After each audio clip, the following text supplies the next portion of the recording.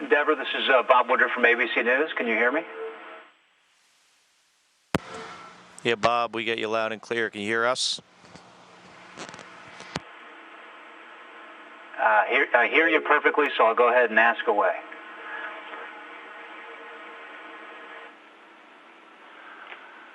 So I know it's hard for any of us to imagine what you're seeing when you look out that window or you walk out in space, but how would you explain it to me? Last night, well, it was after we undocked from the International Space Station. On one of the night passes, we were flying pretty much over the Kennedy Space Center, a little bit south of that. We could look out the window left of my seat and see all of Florida lit up. I could see back to New Orleans, up through Atlanta, and into North Carolina, and it's pretty spectacular. It's the view of the planet from orbit it's something you never forget. Drew, you've certainly walked in space before. What'd you think about this trip, and what's it going to feel like when you can't fly in these shuttles again? Well, it's a little bit of a bittersweet end. I was happy to have the opportunity to do the three spacewalks that I did, both with Greg Chamitoff and Mike Fink, and happy that all four of them were very successful. And I can tell you, in reference to the previous question, the view from out there was spectacular. When you can see the Earth below and you're holding on to a piece of the structure up high above the space station, and to see the horizon out there with all that hardware beneath you, and understand what we've done as a nation and as a world to build that International Space Station. It's spectacular. So it's bittersweet to know that it's sort of coming to an end, and that we all have varying futures ahead of us, but it'll be interesting to see what that brings for all of us in the development of the space program. Mike, you set a new record, 380 days in space. How can anybody possibly beat you?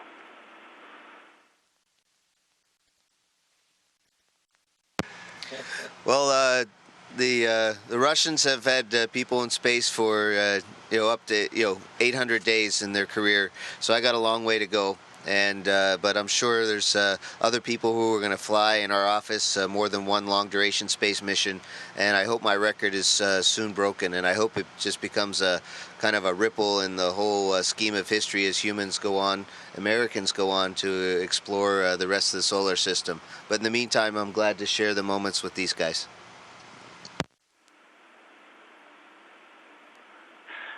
All right, you astronauts.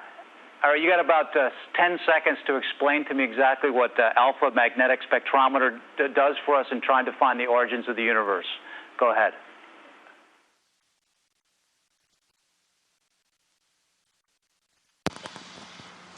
Well, there's some really amazing things that it's trying to figure out.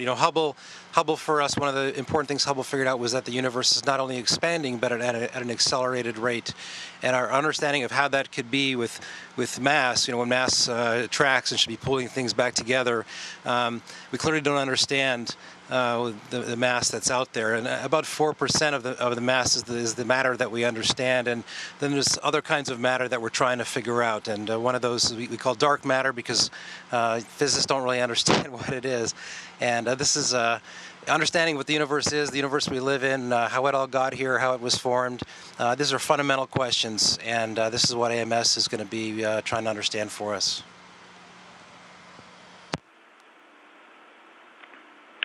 And Mark, as a commander, you had a very emotional trip up there with Gabby now on the recovery back here on Earth. How's it been for you? Well, the mission's gone great. It's nice that on the space station there's an internet phone available. We actually had pulled the computer over here, and we had a headset and this mic, as a matter of fact. And it was nice to be able to call her each day. After about flight day 4 of the flight, she had her surgery a couple days after we launched, and that went really well. So it was nice to be able to talk to her. Haven't been able since we undocked, but I will, shortly after I land. So I'm really looking forward to seeing her. Well, obviously we share this in the sense that she got her cranioplasty put on, her skull back on. Do you see a big change in her? Less pain? Anything else different? Well, there's always issues with the recovering from surgery. I could tell a difference on the phone when speaking to her, so that's all positive, and her recovery's going really, really well. She'll be doing rehab, for some continuing period of time, but at some point, pretty soon, she'll become an outpatient. So we're really looking forward to that, and it's all really encouraging. So she'll be going back to Tucson fairly soon? Well, we haven't made specific plans yet, but it's not going to be too long before she at least goes back to Tucson, for a visit. She'll be staying at TIER and continuing her rehab for some period of time. That hasn't been decided either, but we're looking forward to getting her back to Tucson for at least a short period of time. I'm going to ask you about Soyuz here in a second too, but just last little question about that. But you made your decision to go up into space while she's still going into surgery. I can only assume that was a very good decision for you to do. Yeah, I think it was the right decision. She was ready for the surgery. The timing, worked out where her doctor ideally wanted to do it soon after I launched, and yeah, I really trust him. And her mom was there, and her dad, and other family members. So it was good timing. So I didn't want to hold it up by this space flight. So we decided to go ahead with it, and in hindsight, it was absolutely the right decision. Endeavor, this is Houston ACR. That concludes the ABC News portion of the event. Please stand by for a voice check from CBS News.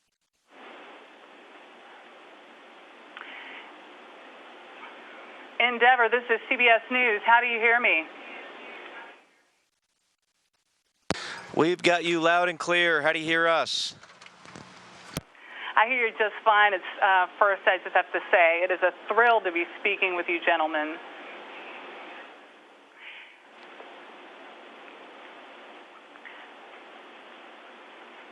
Well, this is the last mission for the Endeavor and the second to the last shuttle mission ever. What does all this mean for you? Well, yeah, after Endeavor comes to a stop on the runway tomorrow, hopefully in Florida, it'll head off to a museum. Certainly bittersweet. The space shuttle's been the workhorse of the U.S. space program for better than 30 years now. So it'll be sad to see it retired. But we are looking forward to new spacecraft and new destinations, and we're all excited about the future. What about what you've actually been able to accomplish on this mission?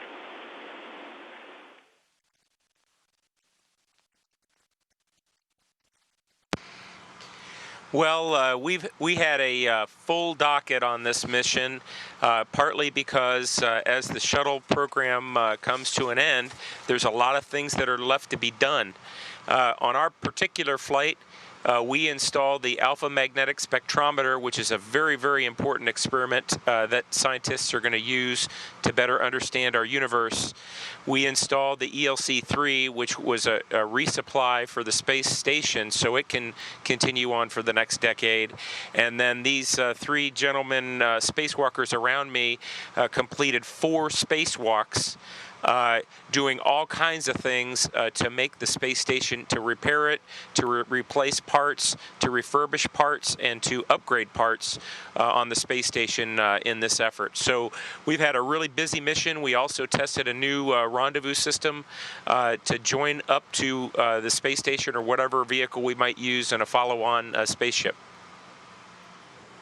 Right, Commander Kelly, what mix of excitement and anxiety have you been dealing with on this mission, being so far away from your wife at this time, the surgery, her assailant's court hearing, certainly the uncertainties of space?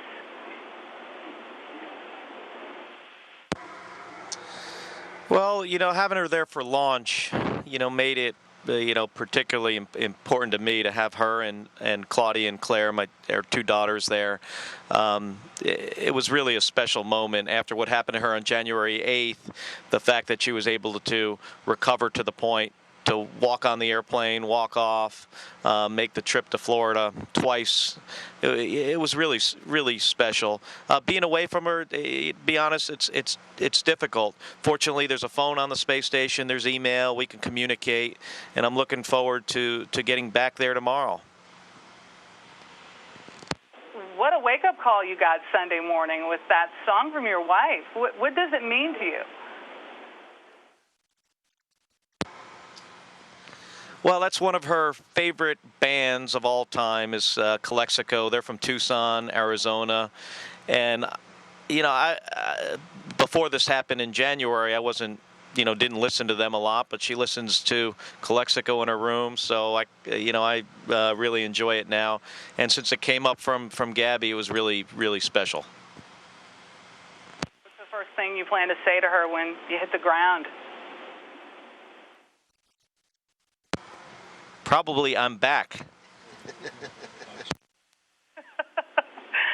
For the rest of you guys, what are you most looking forward to being finished with this mission? And what has it been like to look out at the world? Those spacewalks must have been something.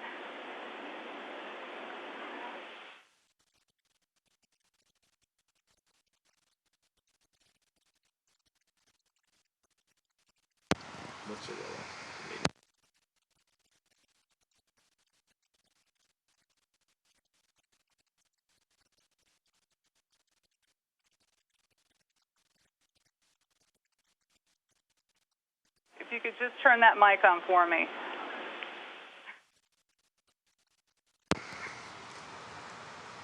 It has been my first experience with the space shuttle. I flew before on the Russian side.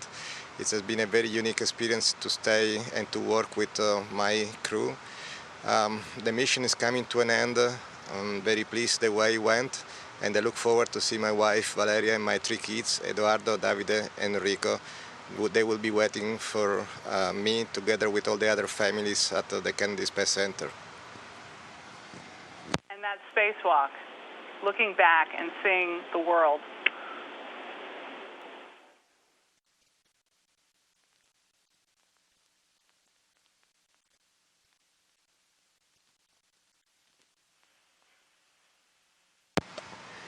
Yeah, it's really special to be out there on a spacewalk because there's just a quarter inch of plexiglass between you and the rest of the universe, and you can look down and see our planet zoom by at 17,500 miles an hour, and you can see the rest of the cosmos in front of you. But mainly we look at our work, but it's a really breathtaking view, and I was glad to share it with both Drew Feustel and Greg Chamitoff, along with the guys inside helping us out and even taking pictures. It was definitely an enjoyable experience, but one thing I always want to make sure is everyone knows it is not easy. There's never an easy spacewalk. They're all really difficult.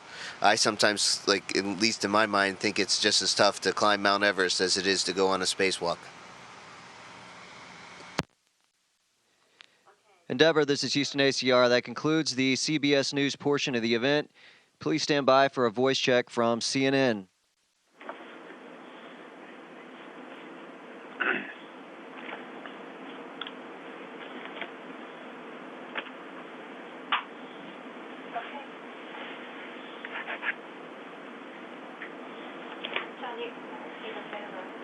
Endeavor, this is CNN. How do you hear me?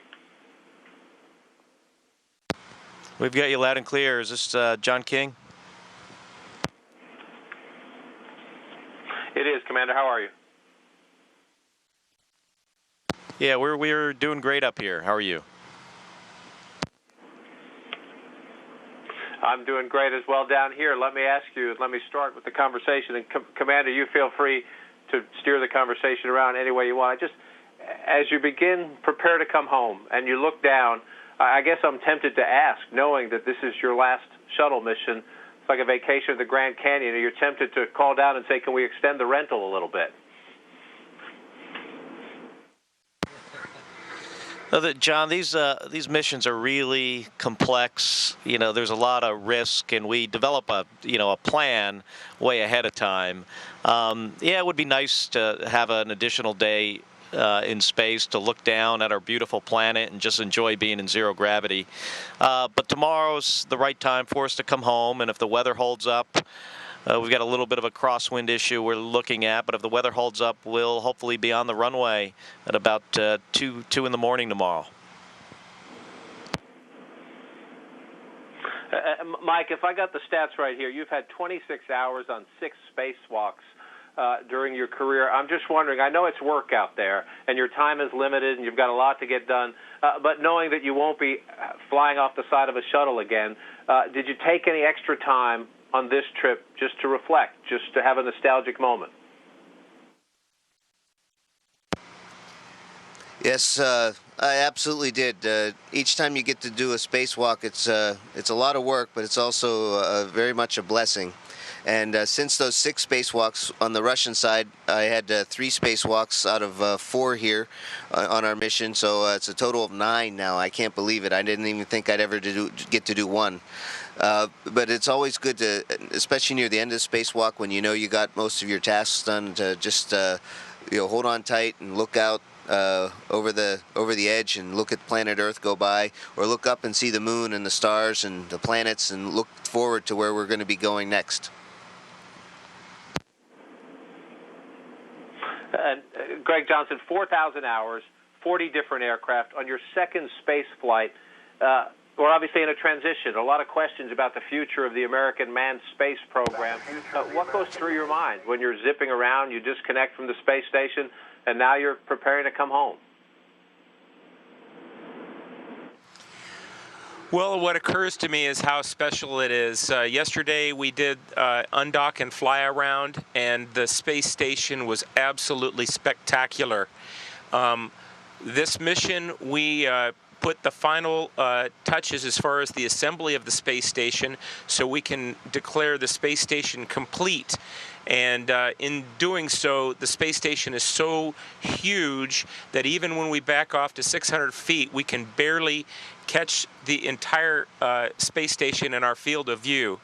As we traveled all the way around the space station, we were taking wonderful photographs, and so being a part of this mission and being a part of the completion of the space station and the retirement of the space shuttle, I can't think of a better thing that an aviator would like to be a part of in his career.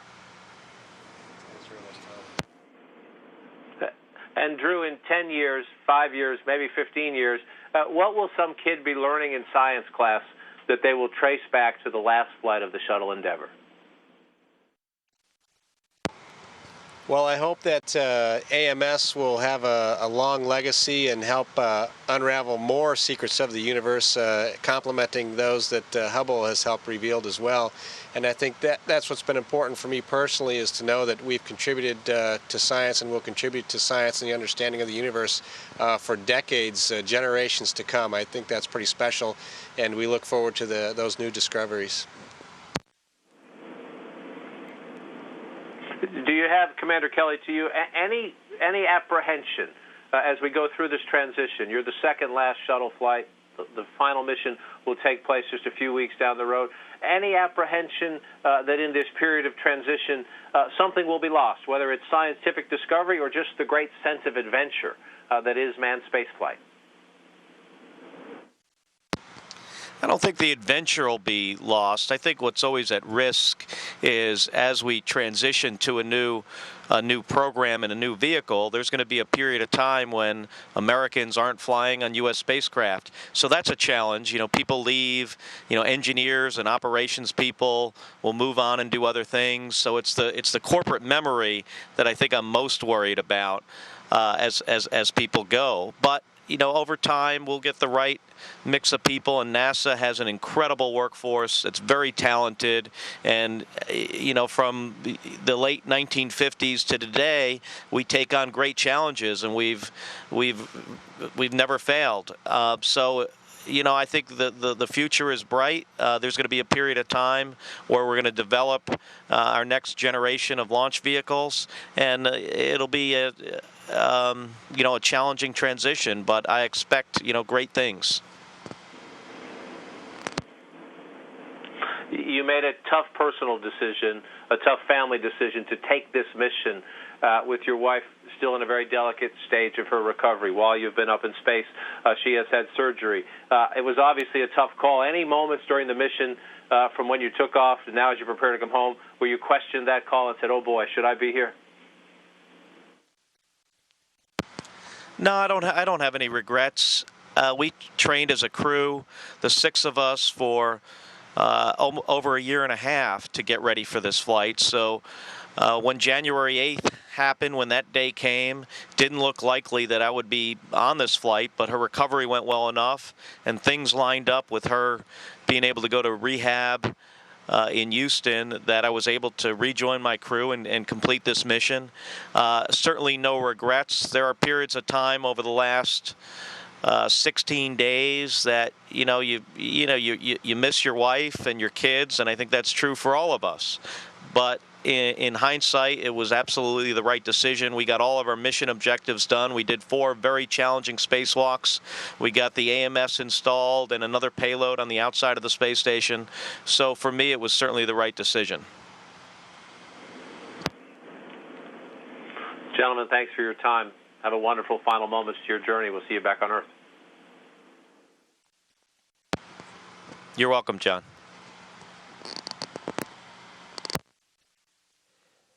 Endeavor, this is Houston ACR. That concludes the CNN portion of the event. Please stand by for a voice check from NBC News. Endeavor, this is NBC News Washington. Tom Costello. Hello, gentlemen. Can you hear me? Yes, Tom, we have you loud and clear. Nice to see all of you, and NBC falls in the alphabet here, so I'm third. So you got to still be original, okay? Here we go. You guys are on the last mission of Endeavor, the second to last mission for the Space Shuttle fleet, and your space shuttle there is headed for a California museum. Is this a bittersweet moment for you guys? It is really bittersweet. This Endeavor's performed really, really well for us over these 16 days, as it has since, its first flight. It's been a great spaceship. When we land in Florida tomorrow, it's going to roll into the hangar and get prepared for, the next step and next phase of its life, which is in a museum. And I imagine millions of people, hopefully millions of people a year, will get to enjoy getting up close to the space shuttle. It's going to be in California. I think we all look forward to visiting it in the Science Museum there. But it is a bittersweet moment. It's been a great spacecraft. Some of NASA's legends, some astronauts have written a letter to NASA the last couple of days and to President Obama. They include Gene Cernan, Neil Armstrong, and Jim Lovell, who say that human spaceflight program is in disarray. Any of you agree with that, given the state of where NASA is going now? Are you concerned about the future of human spaceflight? I think we're always concerned about the future. I mean, this is our careers. It's been our careers for a long period of time, and it's a difficult transition period. We're going to retire the space shuttle. It's going to take us probably 5 or 6 years to have a new spacecraft ready to launch U.S. crew members on. In that period of time, we'll continue to fly on the Russian Soyuz. We have a very capable space station that we're going to continue to operate. The U.S. segment of the space station is a very capable laboratory. We have a European lab, a Japanese lab on board. But, transitions are sometimes difficult. But, we have confidence in NASA and NASA management that we'll steer through this period of time and come out on the other side with a really vibrant space program. Hopefully we'll get an opportunity to go back to the moon or go on to Mars, an asteroid. I mean, we're really excited about the future. Commander Kelly, I know you appreciate the concern and how everybody here on Earth has been watching so closely how your wife, Congresswoman Giffords, is doing. Can you give us an update? I know you've been speaking regularly to her from space, and how was her progress after that surgery about a week or so ago? I do really appreciate everybody's, their interest, the cards, the letters, the fact that people really, really do care about how she's doing. And that's really important to me, important to the kids. It's important to her. We tell her that frequently. She's not a big TV watcher, but she reads the paper. And we talk to her about that, and she doesn't quite understand the magnitude of the interest in her condition. But she's doing really, really well. The surgery went as good as Dr. Kim at Memorial Hermann could expect. I mean, he was really happy with the outcome. She just had her stitches out, I think, today. And I certainly could tell the difference on the phone in speaking to her. So she's improving, continuing to improve every day, and I'm looking forward to seeing her in a couple days. Mike Fink, a record 380 days in space, 9 spacewalks. You hold the record for an American astronaut, and you're about to touch down. I'm wondering what you're feeling about your space career and about the state of the shuttle program and the space station program. Well, the state of my career, I'm very happy. All my life, I just wanted to go into space for one orbit, and I made it. I didn't realize I'd spent 380 days up here, and I've enjoyed every day. And the spacewalks have just been amazing and breathtaking. And I owe it all to my family for their support. My wife has been a saint through this whole thing. As far as where we're going, well, we've built a really great outpost in space, the International Space Station. We've learned how to live in space. I mean, 380 days is proof of that. So we know how to live in space. Now we're getting ready to take the next step and to start to explore further. And I'm looking forward to that. And I'm hoping my career takes me there. And if it doesn't take me there personally, I'll be there supporting the guys who do go on the ground. And Colonel Johnson, if I get one last question in, I'll ask you, bittersweet as you watch the Endeavour program come to an end? It's very bittersweet. This wonderful vehicle has gone on 24 previous shuttle missions. We're the 25th. It's the newest of the shuttle fleet. And I just love this vehicle. I fell in love with this vehicle the first time I got to fly 3 years ago on STS-123. She's performed magnificently. Absolutely no warnings or cautions on the way up. Nothing broke. This vehicle is a wonderful machine, and it's an honor and a privilege for each one of us to be part of her final flight. Thank you, gentlemen. We wish you a safe trip home. Thank you so much. Safe trip home. Thank you so much. Endeavour, this is Houston ACR. That concludes the NBC News portion of the event. Please stand by for a voice check from Fox News Radio.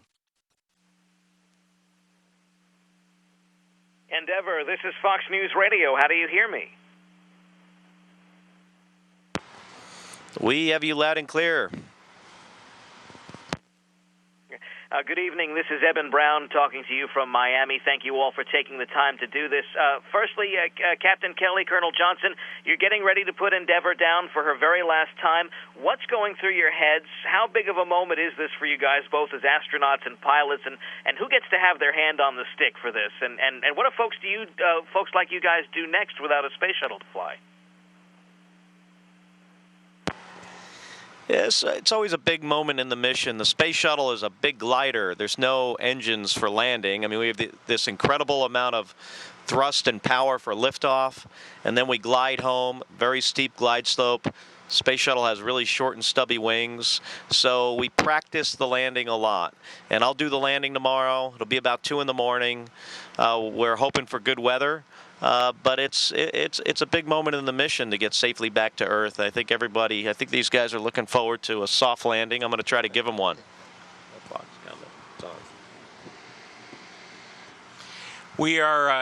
We're going to have a night landing tomorrow morning, or super late at night, depending on how you look at it. And my previous flight, we had a night landing as well. This will be Mark's first night landing. So as his pilot, my job is to contribute in any way that I can to back him up and support the landing. We're both trained, almost one might say overtrained, because we've been training for many, many years to land shuttles. And I'm looking forward to this landing at Kennedy Space Center early Wednesday morning. Thank you all. We've just been told our satellite window is ending, but thank you all, and good luck to everyone, and we hope to see you tomorrow night in Florida. Take care. Fly safe. You're very welcome. Great talking to you. Endeavour, this is Houston ACR. That concludes the event. Thank you. You're welcome. Endeavour Houston, real nice job, gentlemen. A special thanks to ABC News, CBS News, CNN, NBC News, and Fox News Radio. And Endeavour, please stand by while we reconfigure audio on the ground.